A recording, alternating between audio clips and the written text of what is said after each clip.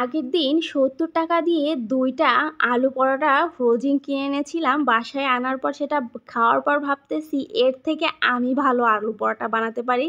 আর এটা আমার কথা না, জামাইয়ের কথা ছিল। কেননা সে আলু পরোটার টেস্টটা কিন্তু আমার এতটাও ভালো লাগেনি।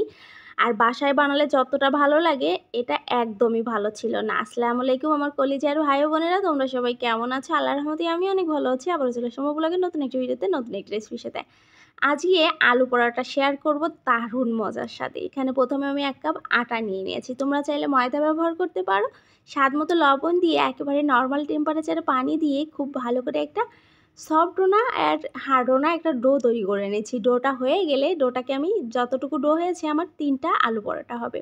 আমি ৩টা ভাগে ভাগ করে নিচ্ছি। দেখতেই পাচ্ছ একেবারে কিন্তু হাতের সাথে লেগে যাচ্ছে না বা একেবারে হার্ডও না, সেইভাবে বানিয়ে নিয়েছি। আর এখানে আলুটা সিদ্ধ করে নিয়েছি। সাথে কিছু পেঁয়াজি বেরেস্তা নিয়ে নিলাম, কিছু কাঁচা পেঁয়াজ নিয়ে নিলাম।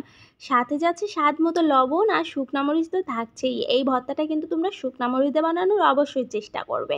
শুকনা মরিচ দিয়ে বানালে কিন্তু ভর্তার টেস্টটা কিন্তু অনেক বেশি ভালো হয়। আর হাফ চামচ পরিমাণ দিয়ে দিচ্ছি আমার বাসায় হোমমেড গরম মশলা গুঁড়া। এটা কিন্তু তোমরা অবশ্যই দেওয়ার চেষ্টা করবে, তাহলে টেস্টটা আরও বেশি ফ্লেভারফুল পাবা।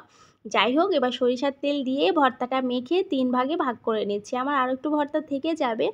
এই তো ভর্তাটা নিয়ে নিয়েছি। এবার ওইখান যে একটা ডো মাখিয়ে রাখলাম, ডোর থেকে একটা লিচি নিয়ে নিলাম, নিয়ে একটু হাত দিয়ে ভালো করে বেলে নিলাম। এবার হাত দিয়ে এটাকে একটু গোল করে নিচ্ছি। দেখতেই পাচ্ছ চেপে চেপে মাঝে বরাবরটা কিন্তু একটু মানে মোটা, সাইডটা একটু পাতলা করলেও সমস্যা নেই। এবার হয়ে গেছে।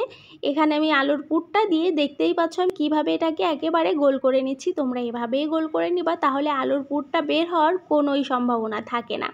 এবার হাত দিয়ে একটু চেপে চেপে হালকা একটু আটা দিয়ে বেলে সেঁকে নিলেই অল ডান। দেখতেই পাচ্ছ কতটা দারুণ হচ্ছে। আর এই আলু পরোটা খেতে যে কি ভালো, আর এটা যে কি ফুলকো ফুলকো হয়, তোমরা না এভাবে না বানালে কিন্তু দেখতেই পারবা না। আর এখানে কিন্তু ডোটা অনেক মোটা নিবা না, তাহলে কিন্তু এখানে আটার পরিমাণটা যখন বেশি হয়ে যাবে আলু পরোটার টেস্টটা কিন্তু ভালো লাগবে না। প্রথমে আমি খালি কড়াইয়ে এটাকে সেঁকে নিয়েছি, তারপরে তেলটা দিয়ে খুব ভালো করে আবারও সেঁকে নিচ্ছি। একেবারে দারুণভাবে দেখো আলু পরোটাটা কীভাবে ফুলে উঠেছে। আর এভাবে বানালে কিন্তু 100% ফুলতে বাধ্য হবে। তোমরা এভাবেই বানিয়ে নাও। আমি সবগুলোকে এভাবেই বানিয়ে নিচ্ছি। দেখতেই পাচ্ছ কতটা ইয়াম হয়েছে, আর কালারটাও কি দারুণ এসেছে। এটা তোমাকে আমি একটু ভেঙে দেখিয়ে দিচ্ছি যে এটা কতটা ফুলকো হয়েছে, আর এর ভিতরে আলু কতটা সুন্দরভাবে সেট হয়ে আছে। দেখো একেবারে ফুলকো ফুলকো হয়েছে। প্রত্যেকটা আলু পরোটা কিন্তু এভাবেই ফুলকো হয়েছিল। তোমরা অবশ্যই এভাবে বানিয়ে দেখতে পারো, খেতে কিন্তু জাস্ট অসাধারণ। দোকানের চাইতে যদি ভালো না হয় 100% আমি তোমাদের যতটুকু দেখে এমবি দিয়ে আমার এই ভিডিওটা দেখলে ফেরত দেবো। আজ এ পর্যন্ত, সবাই ভালো থাকবা।